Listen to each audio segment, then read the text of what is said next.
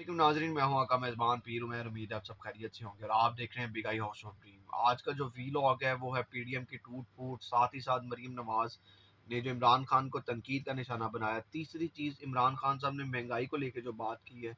चौथी चीज़ जो बहुत इंपॉर्टेंट है कि इमरान खान साहब ने जो कहा, आज जो सुबह कहा कि तमाम अपने वज़रा को क्या बातें की, इन तमाम चीज़ों से रिलेटेड है। इससे पहले अगर आपने हमारा चैनल सब्सक्राइब नहीं किया तो उसको सब्सक्राइब कर लें ताकि आप मज़ीद अपडेट रह सकें।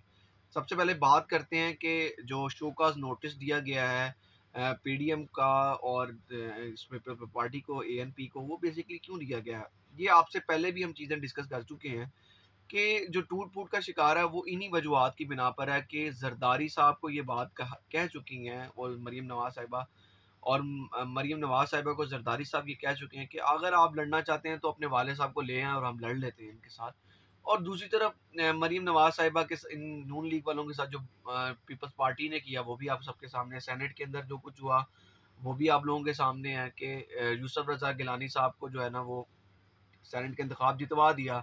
और दूसरी तरफ जो है वो आपको ये भी नज़र आ रहा है कि उन्होंने ये कहा कि आपने अपने बाप से क्यों वोट लिए, यानी कि बलूचिस्तान अवामी पार्टी से वोट ना लेने की वजह से जो बातें सामने आई, वो तमाम चीज़ें इस टाइम ये इस तरफ हैं। लेकिन दूसरी तरफ एक इम्पॉर्टेंट चीज़ है कि टोटल कल शाम 6:57 पर मरीम नवाज साहब का बयान सामने आया था कि इमरान खान को, जिसके ऊपर उन्होंने तनकीद का निशाना बनाया, क्योंकि कल उन्होंने अवाम के साथ जो टेलीफोनिक गुफ्तगू की थी और उसके अंदर एक और चीज़ ये चल रही थी। मरीम नवाज साहिबा की खामोशी इस बात को साबित करने लगी है कि मरीम नवाज साहिबा अपने बाप की तरह, यानी कि नवाज शरीफ की तरह, पाकिस्तान से भागने में कामयाब हो जाएंगी। और दूसरी तरफ एक और चीज़ ये भी आ रही है कि जो उन्होंने ये चीज़ रखी, प्राइम मिनिस्टर इमरान खान को तनकीद का निशाना बनाया, क्या वो खुद इतनी कमज़ोर हैं कि वो खुद कुछ कर नहीं पा रही हैं और वो इमरान खान को उस तनकीद का निशाना बना के जा रही हैं। ये तमाम चीज़ें आपको डिस्कस करूँगा। सबसे पहले वो बयान बताता हूँ जो उन्होंने बयान दिया। उन्होंने ये कहा कि रियासत मदीना के दावेदारों को शायद ये भूल गया है कि ये अगर असल में रियासत मदीना होती तो तुम अपनी इबरतनाक अंजाम को पहुंच चुके होते। आटा चोरी, चीनी चोरी, गैस चोरी, वोट चोरी, अवाम पर महंगाई के तूफान को, अपनी नाअहली और नालायकी को तुम जहाद कहते हो। ये उन्होंने बात की। दूसरी तरफ वो ये कहते हैं, सुबह उठकर तुम जहाद पर नहीं जाते, तुम अवाम के हक पर डाका डालने जाते हो, तुम गरीब के मुंह से रोटी और बीमार से दवाई छीनने जाते हो, तुम लोगों के बिजली और गैस के बिलों से कमर तोड़ने जाते हो, तुम मुजालमों पर जुल्म करने की बजाय जाते हो, तुम लोगों को दिन दिहाड़े अगवा कराने जाते हो और ऐसा तुम, इसे तुम जहाद कहते हो। तीसरी चीज़ उन्होंने कि तुम पर तो 22 करोड़ लोगों को जीते जी मार देने और इसको जहाद का नाम देने पर फतवा लगाना चाहिए। ज़रा बाहर निकलो अपनी बनी गाला के 300 कनाल के महल से और देखो लोग तुमने कैसे झोलियाँ उठा उठा कर बद दुआएं दे रहे हैं। ये बात तो उन्होंने की, लेकिन उसके बाद वो बिल्कुल खामोश हैं। अब उन्होंने बात ये क्यों की, सवाल यहाँ पे ये पैदा होता है। बेसिकली इमरान खान साहब के साथ कुछ लोगों ने मुलाकात की है और उसके अंदर उन्होंने ये कहा कि हाँ, मरीम नवाज साहिबा को के नाम डायरेक्ट नहीं लेके कहा कि उनको बाहर जाने दिया जाए, उनको एनआरओ दे दिया जाए, बल्कि उस उन्होंने ये कहा कि जनाब, इनको आप किन किन चक्रों में पड़े हुए हैं इमरान खान साहब। आप अपने नाम को जिस तरह आप कहते हैं कि ये चोर चक्के जो हैं वो मुल्क के ऊपर काबिज होके बैठे हैं, अब बल्कि आपको एक और मौका मिल गया है कि आप इसको भी अपने जो है वो तकरीर का निशाना बना सकते हैं कि मरीम नवाज, देखा मैंने कहा था ना कि चोर हैं और ये चोरी करके भाग जाते हैं और फिर उसके बाद वापस नहीं आते, तो मरीम नवाज साहिबा को भी यहाँ से जाने दिया जाए।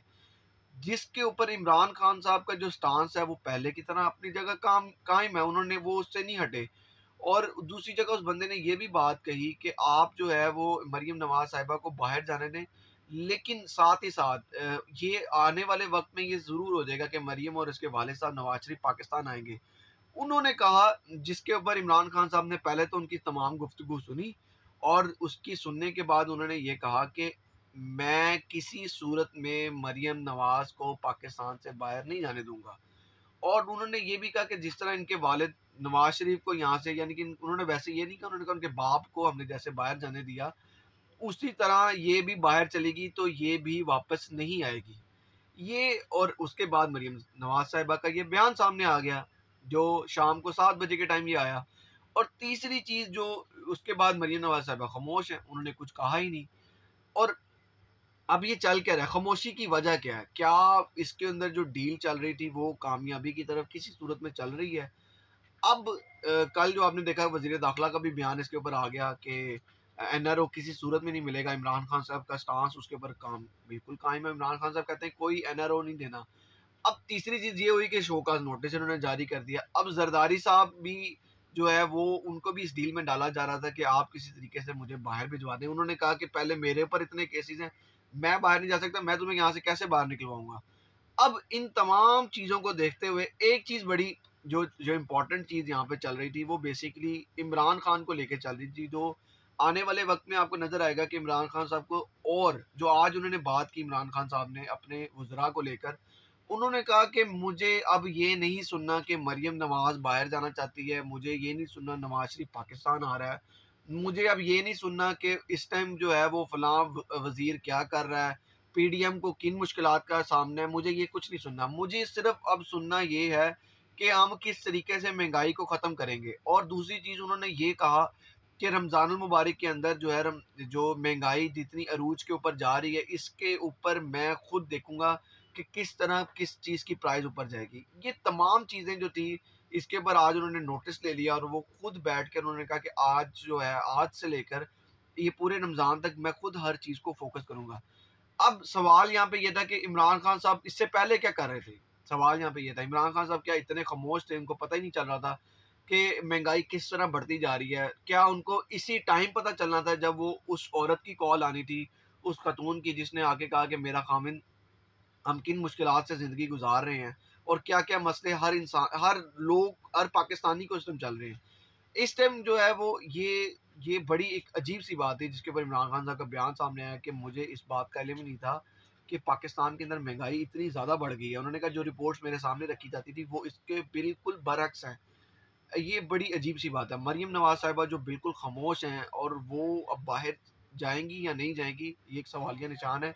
लेकिन आने वाले दिनों के अंदर हमें पता चल जाएगा। कुछ लोगों की डील हो रही है वो गवर्नमेंट के अंदर इसी चीज़ को लेके कि मरियम नवाज़ साहिबा को पाकिस्तान से बाहर जाने दिया जाए। मरियम नवाज़ साहिबा का कोविड भी दोबारा से टेस्ट किया जा रहा है और इसके बाद क्या होगा वो पता चलेगा कुछ दिनों के अंदर-अंदर। आज का जो वीलॉग था इसको यहाँ पर इख्तिताम करते हैं और उम्मीद करते हैं कि आपको ये हमारा वीलॉग पसंद आया होगा। अपने मेज़बान पीर उमैर को इजाज़त दें, अपना बहुत सारा ख़्याल रखें।